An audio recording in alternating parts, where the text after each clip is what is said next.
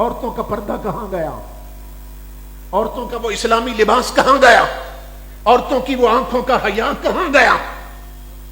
امام الانبیاء نے فرمایا تھا میری امت پہ ایک وقت آنے والا ہے، نساء کاسیات عاریات ممیلات مائلات رؤوسہن کاسنمۃ البخت المائلہ۔ حضور نے فرمایا میری امت پہ ایک وقت آنے والا ہے کہ میری امت کی عورتیں کپڑے پہن کر بھی ننگی ہوں گی۔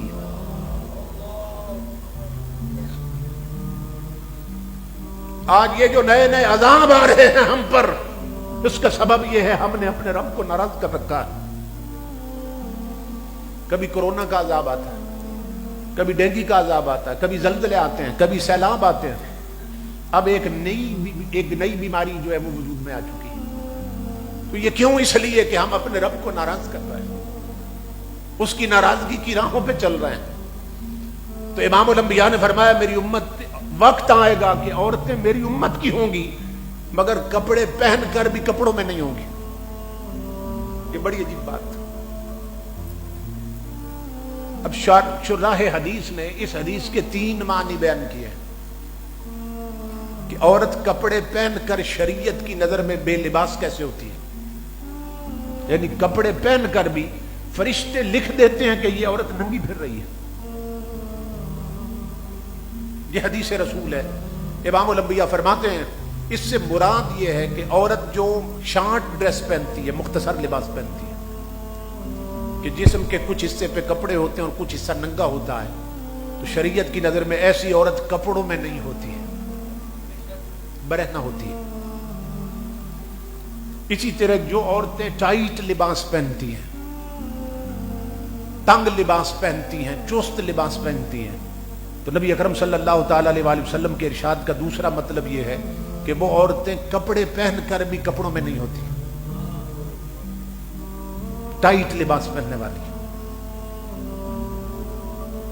اس لیے کہ الناس باللباس، یہ عربی کا مقولہ ہے کہ انسانیت کی پہچان ہی لباس سے ہوتی ہے، کیونکہ جانور کپڑے نہیں پہنتے، کپڑے انسان پہنتے ہیں۔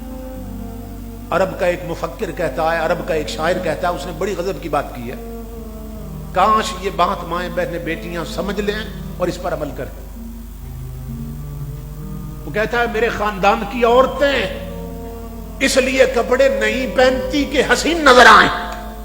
عرب کا شاعر کہتا ہے میرے خاندان کی عورتیں کپڑے اس لیے نہیں پہنتی کہ حسین نظر آئیں، وہ اپنا حسن چھپانے کے لیے لباس پہنتی ہیں۔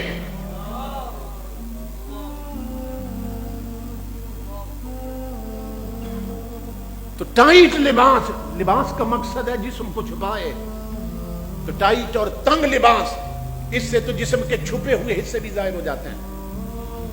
تو تمہارے میرے نبی نے فرمایا جس نے ٹائٹ لباس پہنا وہ عورت کپڑے پہن کر بھی کپڑوں میں نہیں ہے۔